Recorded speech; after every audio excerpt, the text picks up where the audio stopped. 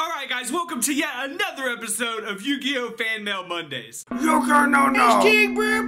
Alright guys, so in today's video, we surprisingly only have one thing to open, which is just fine with me, especially because like the last couple of weeks have been insane. I've gotten so much stuff in the mail, it's been nuts. You guys sent me so much cool stuff, like, you know, someone made me a relinquish box last week, and man, it's so cool. I put all my stuff in it now. It's just great. And then, you know, people have sent me, you know, these really cool like cards and like tokens and just all kinds of stuff that I use all the time now. So I want to, you know, reach out to those people right now and just thank them, you know, all for all the stuff that they send. And since we only have one thing, it actually gives me a little bit of time to make some cool announcements. But real quick before my announcements, if you want to send me fan mail, the P.O. Box is 1391 Owasso, Oklahoma 74055. And if you want me to sign cards, then be sure to address and stamp an envelope in with the cards that you send so I can send you back the cards, you know, that I signed in the envelope that you sent. And of course, if you want to support the channel and support this series, then the link to the Patreon is down in the description. But real quick, like, on to the announcements. So MetaMats, you know, like I said last week, MetaMats was gonna send me some mats.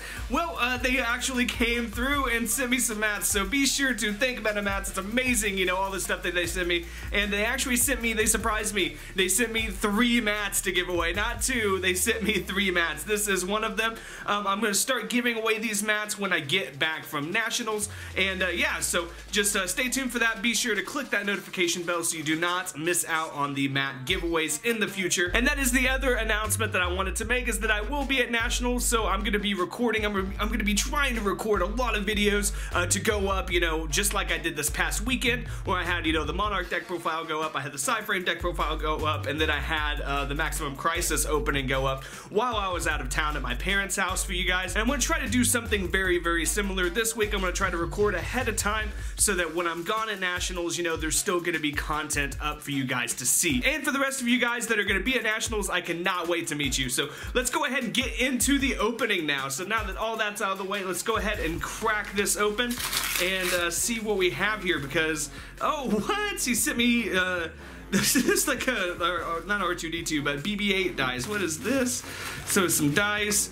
So this is the return envelope. Yeah, this is what I'm saying. So the return envelope, so I'm going to be signing some cards. Awesome. And that is everything. So that's everything. There's a lot of cards in this. So let's go ahead and see what this is about.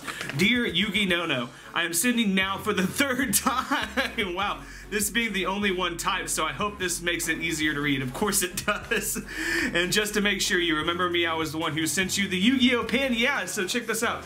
Yeah, like, I actually keep my Yu-Gi-Oh pin, in this box with my, my deck boxes are out of here right now, but I keep, you know, like Yu-Gi-Oh pin and like some other stuff, whatever this is, the Flame Swordsman pendant thing, in here, you know, with my dice and all that. My deck boxes are out of here right now, but you know, a fan made me this, and I just try to keep everything and use everything that you guys send me because I really appreciate it. It is just awesome. It's overwhelming. For this letter, I have some questions. If you had to have a Yu-Gi-Oh spirit, who would it be? Example, Jaden Yuki and Wing Karibo.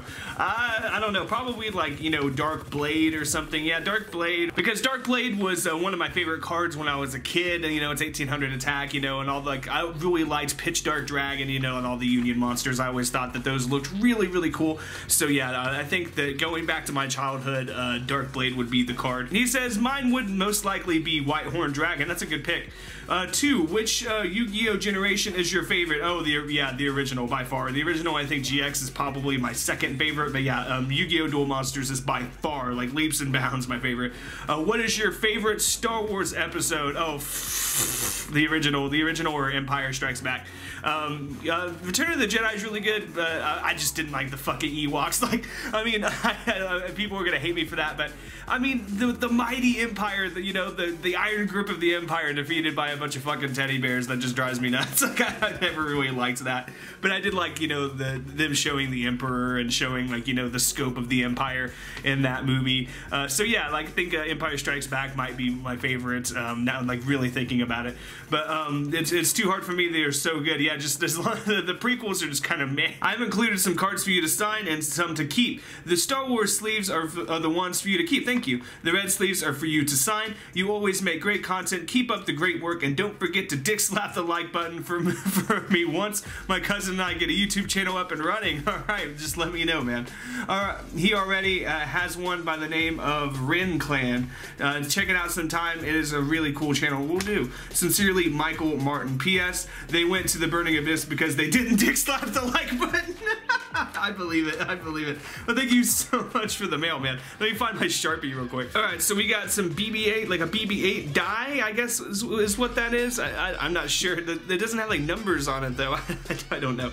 But let's see what we have here. So red sleeves for him to sign. Red sleeves for me to sign for him. Sorry. So red sleeves are for him. Trying to get this out of here. Gosh, man. Oh, it's a mystery. Oh, are these all a mystery? Yeah, these are all a mystery. All right, so let's flip this over. Hey, Burning Abyss stuff. So we got Burning Abyss stuff. And yeah, lots of Burning Abyss stuff. You probably sent me his whole Burning Abyss deck, or most of it, I imagine. Yeah, sure enough. So we got Beat Rice, Lady of the Eternal. And then we have Dante Pilgrim with Burning Abyss. By the way, I know Beatrice is Beatrice. We just call it Beat Rice because of the way it's spelled. And then, hey, so we have, hey, this is the original one too. New Challengers, first edition. Wow, Virgil Rockstar of the Burning Abyss. I remember when that card came out. That was just so awesome. So let's go ahead and get these signed. So yeah, like when Virgil came out, that card was nuts. And then what's the tuner's name? Rubik, yeah, and then Rubik came out, and everyone was just going nuts over that stuff. Because Burning Abyss, I mean, it was the best deck in the game, guys. It really was for a long time. Even it was debatably the best deck in the game, even when you know, Necrons were running around. And it even went on to win Nationals, if you would recall. So, yeah, like, I mean, I would say that Necros was the better deck, even after Burning Abyss got its full support. Like, if you compare, like, full power Necros to full power Burning Abyss, I think that Burning Abyss gives full power Necros a run for its money, for sure. But I still think that Necros, you know, at full power is just the better deck because of the Jin lock, of course. So, yeah, man, I got all those signed, and I'll get them back to you in the envelope. Now let's see what you sent me. Probably a bunch of larvae mods, I imagine. And I think someone commented at one point and was like, if YugiNoNo doesn't have like every larvae moth in existence by the time he hits 30,000 subs, I'm gonna be disappointed. And I was like, yeah, it makes a lot of sense. I mean, you would think I would have them all by now with, you know, all the ones that you guys have sent me. But I cannot get these out of here to save my life. What is this? All right, finally I get all this stuff out of here. So it looks like he sent me a bunch of Star Wars cards. So we have BB-8s, we have Squad Tactics, we have Strategic Planning, Cannon Fodder, and then what else do we have? So these are empty. Those are really cool sleeves though with Kylo Ren. We have a Jedi Temple, we have a Rebel War Room, and then we have a Separatist base in the back of these. The backs of these all look the same. They all look like this. No, that's really cool. I don't know how to play this. I've never played like any, you know, card game outside of Yu-Gi-Oh actually. So, but yeah, thanks a lot. Like, I mean, I don't know what I'm gonna do with these. I'll just put these in the same box that, you know, I keep all you guys and stuff that you send me. Like, people have sent me so many larvae moths. I don't know what to do with them. I have no like real practical application for them. So I just keep them all in one box. I mean, I guess I could put like larvae moths like all on the card wall, but no, I like having you know, a lot of diversity on the card wall. As much as, you know, as funny as that would be to have just a wall of larvae moths, I think that's just overkill for the joke. I think it's just way overkill. But anyways, guys, thank you so much for sending me mail once again, and as always, be sure to dick slap that like button and subscribe.